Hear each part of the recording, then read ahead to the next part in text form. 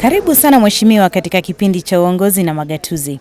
Nina furaha kuwa nawe. Naomba utueleze kuhusu Vihiga ulikozaliwa. Mkoa ngapi katika familia yenu? Na ulianza wapi safari yako? Thank you so much. My name is Mary Ariviza Mwami. I was born in Vihiga. I didn't grow up in Vihiga though, because at the age of, in standard 3, I left Vihiga for Nairobi. And since then, I've never really gone back to do anything that the other people do around there. However, my family again moved into Lugari. So we are in Lugari scheme in a place called Tarubo. That's where my people live. But generally, I have grown up in Nairobi. I'm a Nairobian. I keep saying that I'm a Nairobi citizen because I went to the primary school here in Westlands called Muguga Green. It is a church road. I finished there and then went to Moi Girls, Nairobi, one of the most prestigious schools then. I have felt very sad when it has gone down in the recent time, but we are hoping that God will raise it up to its status. So I went to Moi Girls, Nairobi, where I did my both O-level and A-levels. And then after that, I got into teaching with a short stint as an untrained teacher, where I taught at Kileleshwa Primary School. I think I was the first untrained teacher to be posted in Nairobi at Kileleshwa Primary School. And sometimes I didn't know this Kileleshwa Primary School whether it had I had any impact, because all I could do is, because I'm also a musician, I'm a recording artist. I have recorded a CD, Lazima Nikusifu, a gospel. So at that time, my music talent was still there. And I have taught also music in high school and so on. I'm a teacher, so I'll come to that later. But all I would do was to sing with the kids, take them to the music festivals and so on. So I really didn't know whether I really had an impact. But one time I was walking in Nairobi near GPO, and a very tall man came to me much later, many years later, and told me, I know you can't remember me, but you taught me at Kileleshwa Primary School. I'm doing my PhD in mechanical engineering at University of Leeds. I was excited. I went home excited. Because sometimes, as a teacher, sometimes you don't know what impact you have. Because you mentor so many and they pass through your hands. Some succeed, what we call succeeding, but some do not really come out in the map. But all we know is education changes character. So we impact people through generations. And so that's how my journey started. And then I went to Uongozi Teachers Training College, where I stayed for 2 years, eating a lot of bananas in Meru. We had fruits every season in Meru, in Uongozi Teachers College. So that was also exciting. A time of meeting all Kenyans from all over the country. Of course, I was a Nairobian and my character wasn't very good with the people who had come from the villages. But we even have an Uongozian group, which we are meeting, an alumni group. So we are still very good friends. And then I was posted to Nairobi. One of the few single women then to be posted to Nairobi, because Nairobi was a preserve for the women who were married then, so that they would be joining the husband. But somehow, God helped me. My dean of students was posted in TSC. He helped me to get back to Nairobi. Of course, I didn't go back to Kileleshwa. And then he was again promoted, and he went for promotion in a teacher training college, and there I was. So my career has been in Nairobi as a teacher for many years. So from Uongozi to Nairobi. Kutoka Uongozi kwenda Nairobi. Ni mambo gani mengine kando na kuwa mwalimu uliokuwa ukifanya kabla ya kuamua kufanya walimu kama taaluma? Tueleze kwa kina. I'm a person of many things. For instance, I'm an author. I'm a publisher. I've authored a book that is in the curriculum, the Kenyan curriculum, Kusoma Rahisi. It's a book that is specifically meant to teach the teachers and the students how to read Kiswahili and all these African languages, especially the Bantu ones, how to read systematically. Starts from the simplest. Najua una talanta nyingi sana. With the words that are formed from the Wewe ni mwandishi. Ua. So a child goes and then ba, baby, babu, and from ba, you only go on with what is at ba and a, e, i, o, u. So a child keeps learning as they write also imla. So I have authored that. So I'm an author.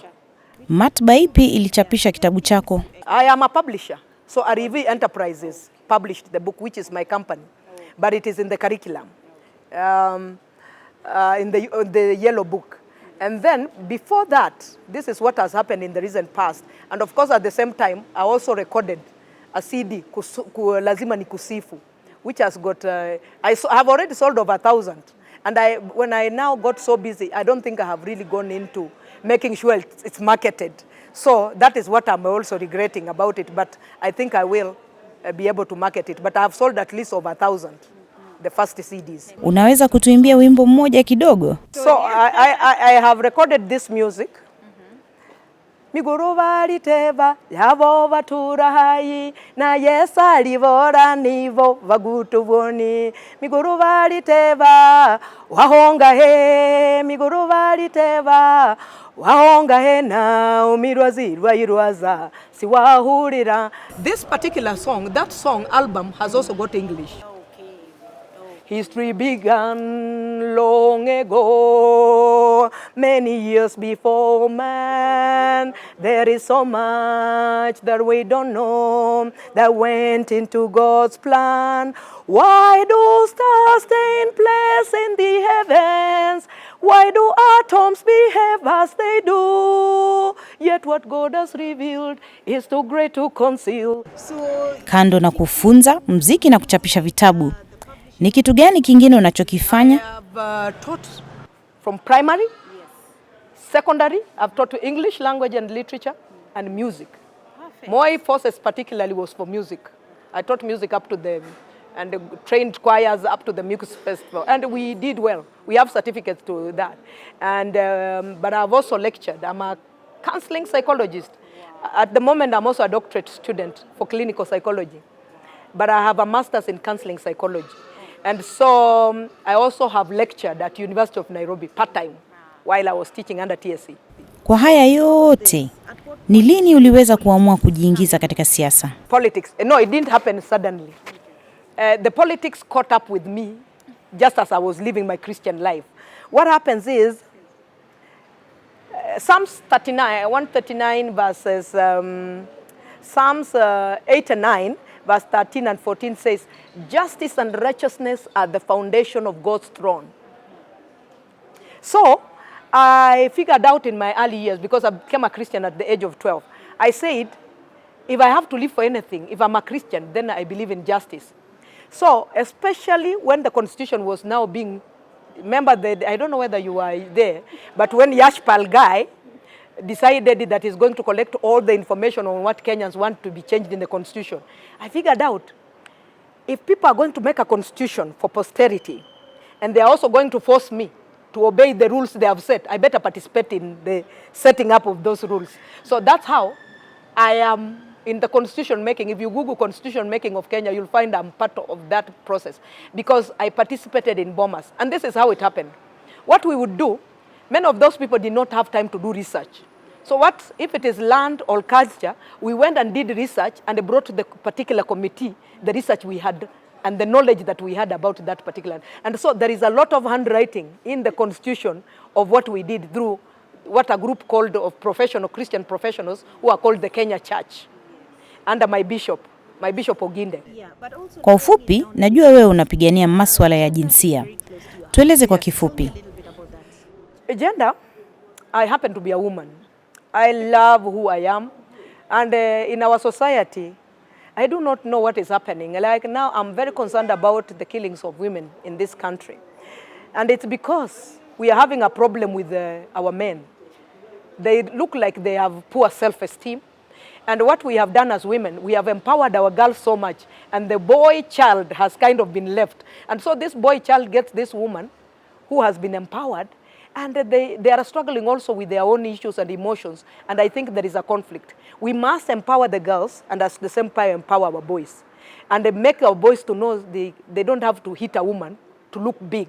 Okay. They kill her if she doesn't want them. You dress well. That's what we used to be told. If a girl doesn't want you or a boy doesn't want you, you dress better. Get another girl who is better looking or a boy who is better looking, pass nearby. Pass nearby and pretend you have not seen him or her. Ajue umepata mwingine. That is how. That's good self-esteem. But this where, if I cannot have her, then she should not leave. It should not happen. So I'm interested in gender, but I'm also concerned that we must not empower women at the expense of the boys. We must bring them almost concurrently. Why do I say this? At one time I taught at Kenya High School, and then I went to Moi Forces Academy. The girls seemed like they knew what they want in life. They are outgoing. They are, go-getters. The boys are quite intimidated. They really don't know. You have to really do a lot of guiding. And so I feel like we must empower both. But also we must make sure that these men have good self-esteem. Where does it start? With us women, from the home. We must honor and respect our husbands, if God has given us some. If God hasn't given us some, let's honor the men in our lives, our fathers, our brothers, so that these men, we become friends. Why do I say this? I have two brothers. One passed away and left two beautiful girls. However, my brother had already decided he only needed two girls. And he said that before he got them. So I don't know whether God showed him or what. But later on, because he was a very good friend, not just a brother, I realized that he had a very good cordial relationship between me and the mother. For him, boys were troublesome. To have a girl was a good thing. You see, that's the way we should be able to behave with men who are in our lives, so that they admire the women. They see women as flowers that God brought around to tender, but not we fight them. They see us fighting their fathers in our home. They see us fighting the brothers in their home. Therefore, they prepare to fight this female gender. I think we have gone somewhere wrong in the society. So I'm for gender, but it's not this gender where you are saying women rights, even abortion. I'm against abortion because I would have been aborted. My mom, the man who made her pregnant, took off because he was afraid. He was a very big shot in the village and from another tribe, which I won't mention now. When he realized he had made a girl who was in school pregnant, he took off in the night. So my mother could have aborted me. So I'm not for this idea of people getting the easy way out. Pregnancy is shocking for any girl, but it's better if this girl even gives birth and gives that baby for adoption. Because there are other psychological, and I'm talking this as a psychologist, a counseling psychologist. There are other issues that come with a girl who has aborted. For instance, there is a hollow. Immediately she aborts, she probably will get pregnant very quickly if she doesn't receive counseling, because there is a hollow that is created by the missing of that very baby she aborted. So getting the baby and giving it up for adoption is much better than actually terminating it. So that's me. Ni jambo la kupendeza zaidi. Napenda bidii yako sana. Kando na kuwa bingwa wa kutetea jinsia, ni kitu gani kingine unachokipenda? Education. Education. I love people to be educated. It's good for people to go to school. At the moment, I'm a single woman, but rest assured, I have had 2 students go through Daystar and finish. At least I'm the one who initiated the process of them going to Daystar. One is graduating this year. The other one graduated a year ago, and I made for them fish and a party. These were very poor children from the village who had never even been to Nairobi. So I participated in their lives. I have had 2 other students who have taken through Form 4. I have 2 others. Unfortunately, one passed away a month ago. But I have had another one who is still in school, whom I'm taking care of. And literally, all my nieces, all my I am there telling them read hard. Education is very important. Now, I wouldn't say that education is going to provide for you a white-collar job. No. But when you are educated, you are able to face, yes, that is the word. You are empowered to face life. You can be able to create a business which you can sustain because you are empowered and you are educated and you have a world view. You look at things from different perspectives because there are people who are in the world whom you will meet. You need to know how to talk to people. Like now, when you talk to me, I was busy looking. I hadn't met you, but I was busy looking forward to meeting this lady because you have your public relations. You talk to me very well. You inspired me even in your voice and in your talk. So, education. is very important. That I am passionate about. Let's make sure our children get as much education. And that's why I'm also concerned about the current change of curriculum and so on. The stakeholders must be involved. Changing a constitution is a curriculum without the teachers being involved, without the parents being involved. It's very stakeholders. It's very dangerous because teachers are a key stakeholders in this. If they are unhappy, I'm telling you, we will fail even before we start. You have to have teachers on board. By the way, even if the parents don't like it, if the teachers like it, it will succeed. It has floated. So I'm very passionate about education. I will make sure that any children I'm able to educate or help to get them into college, get them into secondary school, get them some street children. At one time, I've taught a school that was predominantly of street kids. And that's where I got the ones who are still in school. They are former street kids. Awesome. Yes. So I have a passion for that. Tunakwenda mapumzikoni, tutarejea tena hivi punde, usiende mbali.